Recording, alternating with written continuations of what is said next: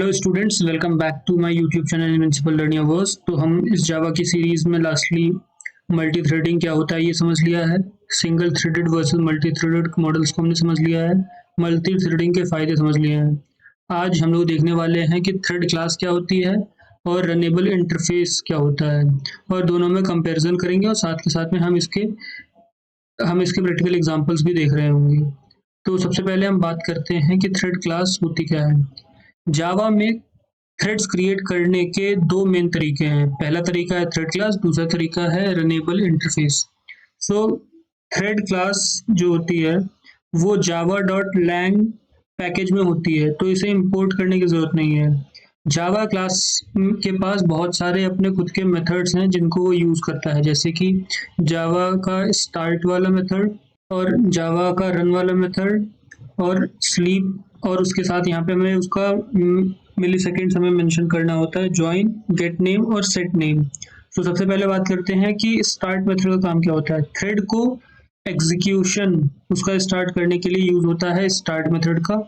Run actual code को thread execute करेगा, actual code जो थ्रेड का है वो एग्जीक्यूट करेगा रन, ठीक है। और थ्रेड को स्टार्ट करने का काम है स्टार्ट का। अब होती है स्लीप, क्या होता है, थ्रेड को टेम्परेली पॉज करने के लिए यूज होता है स्लीप कीवर्ड। फिर आती है बात ज्वाइन की। ज्वाइन किसी दूसरे थ्रेड का वेट करने के लिए यूज होता है।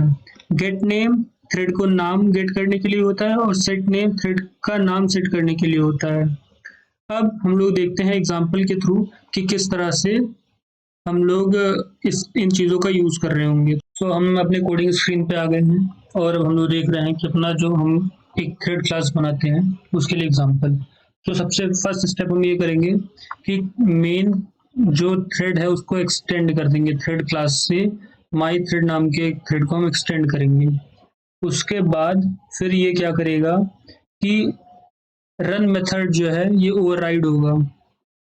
रन मेथड जो है ये ओवरराइड होगा। यहाँ पे कोड जो थ्रेड का है वो एग्जीक्यूट करेगा, जो कि है current thread is working type का।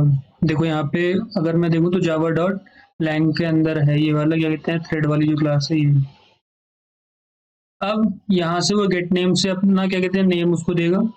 उसके बाद फिर यहाँ पे आइट्रेशन चलेगी, कुछ काम करेगा और आइट्रेशन चलेगी, और हर आइट्रेशन के बाद 1 सेकंड का वेट करेगा, क्योंकि हमने डॉट स्लीप का यूज किया हुआ और डॉट स्लीप का काम यही था कि कुछ टाइम के लिए पॉज करने के लिए। तो 1 सेकंड के लिए यहाँ पे मैंने अगर 100 रखा है तो वो मिली सेकेंड्स होता है, जो कि 1 सेकंड के बराबर होगा, उतना टाइम के लिए रुकेगा। उसके बाद फिर कैच है, ट्राई और कैच वाला जो हमने बता रखा है उसके लिए हमने यूज किया हुआ ताकि यहाँ पे एक्सेप्शन एंडिंग हो सके। फिर आखिरी में यहाँ पे ये बताएगा कि थ्रेड जो है वो कंप्लीट हो चुका है। मेन क्लास में क्या लिखा हुआ है, मेन क्लास में जो लिखा हुआ है वो ये लिखा है कि हमारा जो मेन थ्रेड है वो स्टार्ट हो गया है। उसके बाद हमने उसके ऑब्जेक्ट्स बना लिए हैं और उसके बाद हमने उसको स्टार्ट कर दिया है। ये हमेशा याद रखना कि यहाँ पे ये स्टार्ट हुआ है, कॉल करते हैं। स्टार्ट का जो यूज होता है वो कॉल करने के लिए होता है, लेकिन रन नहीं होता। रन यहाँ से ही हुआ, ऊपर वाले से। तो अब इसको देख लेते हैं चला के कि किस तरह से इसका एग्जीक्यूशन हो रहा है। टर्मिनल ओपन कर लेते हैं, फिर सीडी करेंगे अपना मल्टी थ्रेडिंग पे जावा सी नाम कंपाइल होके यहाँ पे जो भी क्लासेस थी वो बन गई हैं। फिर जावा और उसका नाम,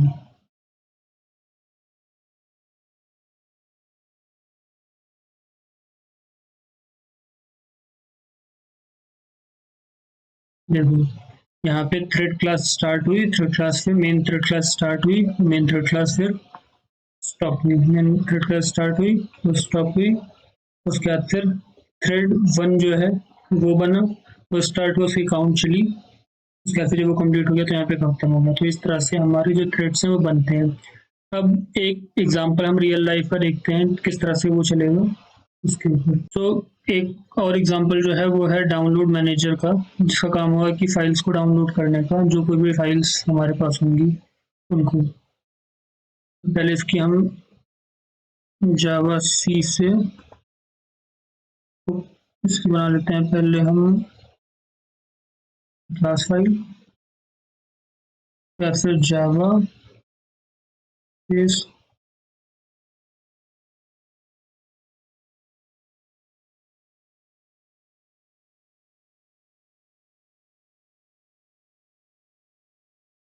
देखो यहाँ पे क्या हुआ है, अब इसको समझते हैं कि इसको एक बार के लिए टर्मिनेट करता हूँ, समझाने की कोशिश करता हूँ क्या क्या चीज़ें इसने एग्जीक्यूट की हैं और किस तरह से कोड लिखा हुआ है।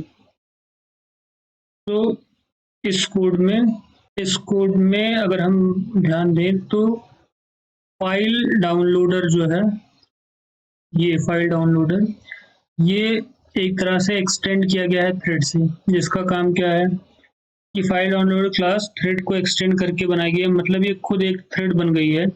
कंस्ट्रक्टर के लिए फाइल नेम और फाइल साइज का यूज किया गया है। जो रन मेथड है उसके अंदर जब स्टार्ट कॉल होता है, जेवीएम इंटरनली इसे रन को कॉल करता है।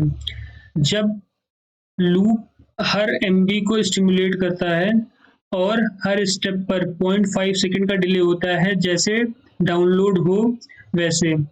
अगर थ्रेड को इंटरप्ट कर दिया जाए तो डाउनलोड इंटरप्शन प्रिंट हो जाएगा और रिटर्न खत्म हो जाएगा। जो हमारी मेन क्लास है, इसका काम क्या है, ये हमारी जो मेन क्लास है, मेन क्लास में अलग अलग डाउनलोड के थ्रेड चल रहे हैं, जैसे movie.mp3 4, song.mp3 और pdf.mp3 क्रिएट हुआ है। और ये जो ये मेन थ्रेड तुरंत ऑल डाउनलोड्स इनिशिएट करता है, प्रिंट करता है, क्योंकि डाउनलोड का वेट नहीं हो सकता है। तो सिंपली जो आउटपुट जो बन रहा है वो यही बन रहा है कि हमारा डाउनलोड मैनेजर स्टार्ट हुआ, ऑल डाउनलोड्स इनिशिएट हुए, स्टार्ट डाउनलोडिंग movie.mp4 सॉरी, और स्टार्ट डाउनलोडिंग मतलब सारे के सारे डाउनलोड हुए, सॉन्ग्स डाउनलोड हुए, फिर डॉक्यूमेंट डाउनलोड हुआ।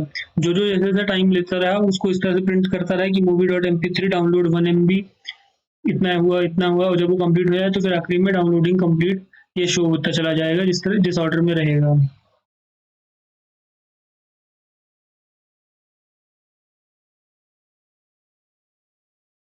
देखो वही चीज हम जो बता रहे हैं वही आ रही है कि डाउनलोड मैनेजर, और यहाँ पे चीज़ को इस तरह से शो हो रहा है। तो आई होप तुम्हें कोड देख के अच्छे समझ में आ गई कि क्या क्या चीजें थ्रेड क्लासेस के थ्रू उनके मेथड्स के थ्रू कर सकते हैं। अब हम लोग ये डिस्कस करते हैं कि क्रिटिकल पॉइंट्स या फिर प्रॉब्लम्स है कहाँ कहाँ पे, जहाँ पे हमें डिस्कस करने की इम्पोर्टेंट है कि क्या क्या यहाँ पे थ्रेड क्लास की प्रॉब्लम्स है या फिर क्या क्या इश्यूज जो कि नॉर्मली आते हैं जिसको हमें देखना ही होगा। तो सबसे पहले होती है कि स्टार्ट वर्सेस रन। हमेशा ही कंफ्यूजन बना रहता है कि स्टार्ट और रन क्या क्या है और इनको किस तरह से यूज किया जाए। सो स्टार्ट और रन को किस तरह से इनिशियलाइज करना है इसको देखना होगा सबसे पहले कि गलत तरीका क्या है। गलत तरीका है डायरेक्टली रन को कॉल कर दो कि आप T1 बनाओ और न्यू कीवर्ड को यूज कर लो, या एक नॉर्मल मेथड कॉल है न्यू, जो यहाँ पे हम देख पा रहे हैं यह तरीका गलत है। गलत क्यों है? क्योंकि ये एक नॉर्मल मेथड कॉल है, न्यू थ्रेड क्रिएट होगा, लेकिन इसका जो सही तरीका है वो ये है कि यहाँ पे तुम एक माई थ्रेड T1 नाम को यूज करो, उसके बाद फिर T2 डॉट स्टार्ट को यूज करो। यहाँ पे इनिशियली रन को न्यू थ्रेड में कॉल किया जा रहा है, जो कि यहाँ से जब स्टार्ट होगा तो जो न्यू थ्रेड बनेगा वहां पे न्यू कॉल हो जाएगा। इस तरीके से ये कॉल नहीं हो पाएगा। तो अब दूसरा जो प्रॉब्लम है वो है थ्रेड को एक ही बार स्टार्ट करना होता है, बार बार आप स्टार्ट नहीं कर सकते हो। जैसे my thread T equal to new thread, हमने टी डॉट स्टार्ट हमने कर दिया, ये ठीक है, लेकिन टी डॉट स्टार्ट हमने अगर फिर से कर दिया तो सेकेंड टाइम में इनलीगल थ्रेड स्टेटमेंट का एक्सेप्शन आ जाएगा। तो इस एक्सेप्शन से बचने के लिए केवल थ्रेड को एक ही बार स्टार्ट करना है। थ्रेड की जो नेमिंग है उसके लिए T1 डॉट सेट नेम हम यूज करेंगे, और जब हमको इसको निकालना होगा तो उसके लिए हम गेट नेम का यूज करेंगे। अब लिमिटेशन क्या है वो समझते हैं। जो थ्रेड क्लास है उसकी लिमिटेशन ये है कि यहाँ पे हमारा मल्टी थ्रेडिंग है वो चीज पॉसिबल नहीं है। जावा में सिंगल इनहेरिटेंस, अगर आपकी क्लास पहले से ही किसी और क्लास को एक्सटेंड कर रही है तो आप थ्रेड क्लास को एक्सटेंड नहीं कर सकते हैं। तो ये प्रॉब्लम है मल्टी थ्रेडिंग का। उसका सोल्यूशन जो है वो है रनेबल इंटरफेस के थ्रू। अब देखते हैं कि रनेबल इंटरफेस क्या होता है। तो थ्रेड क्लास के लिमिटेशन का सोल्यूशन रनेबल इंटरफेस होगा, और इस रनेबल इंटरफेस को हम क्यों यूज करते हैं वो हमारा अगला सवाल ये होना चाहिए। तो हमारा जो थ्रेड क्लास है उसको एक्सटेंड करने के बाद एक बड़ा ड्रॉबैक है single inheritance relocation. Runnable interface ये प्रॉब्लम सॉल्व करता है और ये मॉडर्न एंड रिकमेंडेड अप्रोच है जिसको हम यूज़ कर सकते हैं। अब इसके बेनिफिट्स क्या क्या है कि ये बहुत ज़्यादा फ्लेक्सिबल है, मल्टी इनहेरिटेंस को सपोर्ट करता है, बेटर डिज़ाइन देता है और साथ ही साथ में थ्रेड पूलिंग मतलब कि एग्जीक्यूटर्स के साथ ईजिली यूज हो सकता है और ये इंडस्ट्री की बेस्ट प्रैक्टिस अप्रोच है जो कि हम यूज़ करते हैं। और चलो हम लोग देखते हैं कोडिंग स्क्रीन के ऊपर कि किस तरह से हम लोग इसको इम्प्लीमेंट करते हैं रनेबल इंटरफेस को। अब हम लोग अपने कोडिंग स्क्रीन के ऊपर आ गए हैं और यहाँ पे हम आपको शो करा रहे हैं कि रनेबल का एग्जाम्पल किस तरह है कि रनेबल इंटरफेस किस तरह से काम करता है। तो सबसे पहला स्टेप हमारा ये होगा कि हम लोग एक्सटेंड कर लेंगे अपना रनेबल इंटरफेस के इम्प्लीमेंटेशन को, जो कि माई टास्क के अंदर इम्प्लीमेंट होगा। और उसके बाद फिर हमारा सेकेंड स्टेप होगा कि जो रन वाला जो चीज़ है, रन वाला मेथड उसे ओवरराइड करने का। उसके बाद फिर उसके अंदर उसके सारे कोड जो कुछ भी आप करवाना चाहते हैं वो आप लिखो। नेक्स्ट आपका काम होगा फिर मेन के ऊपर। मेन के अंदर आप जो क्या कहते हैं, जो कोई भी क्या कहते हैं ऑब्जेक्ट्स हैं, जो रनेबल के ऑब्जेक्ट्स हैं उनको क्रिएट करोगे।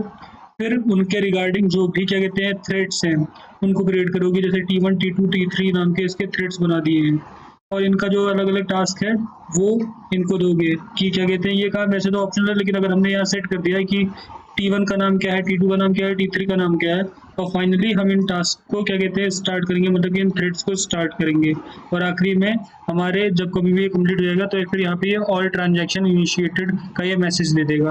अब इसको एक बार हम लोग रन करके देखते हैं किस तरह से चलेगा। सो हम लोग टर्मिनल ओपन कर लेते हैं।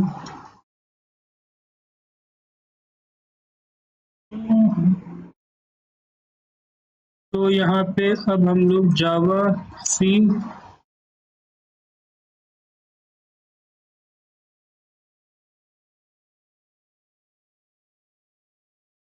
के बाद से जावा रनेबल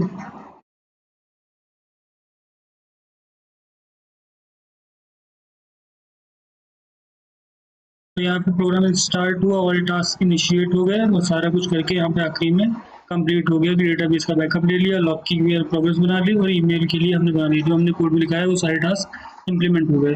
अब एक और एग्जांपल देख के हम समझते हैं किस तरह से ये काम कर रहा है। एक और दूसरा एग्जांपल लेते हैं। तो हमने एक बैंकिंग सिस्टम नाम का हमने जावा की एक फाइल में सारा कोड लिख लिया है। इस कोड का काम ये होगा कि बैंक के जितने ट्रांजेक्शन है उनको मैनेज करना और वेरीफाई करना। तो सबसे पहले हम एक्सटेंड कर देंगे बैंक के ट्रांजेक्शन को रनेबल के थ्रू।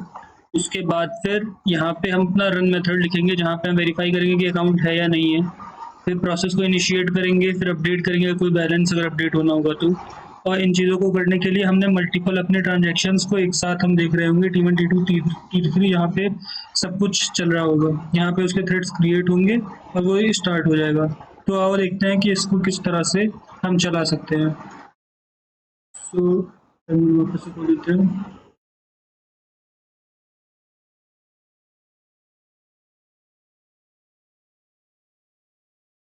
जावा C space banking system dot जावा।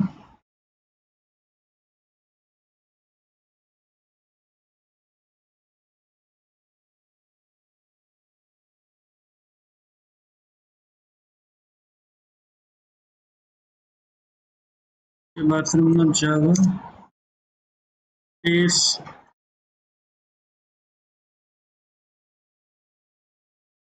Banking system.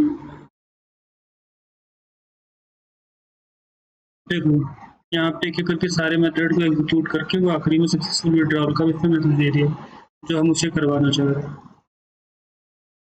तो ये तरीका है हमारे रनेबल को चलाने का। तो मुझे लगता है तुम्हें ये वीडियो पसंद आई होगी और तुम्हें दोनों ही अप्रोचेस पता लगे होंगे किस तरह से रनेबल काम करता है और किस तरह से हमारा थ्रेड क्लास की एक्सटेंशन काम करती है। So thank you.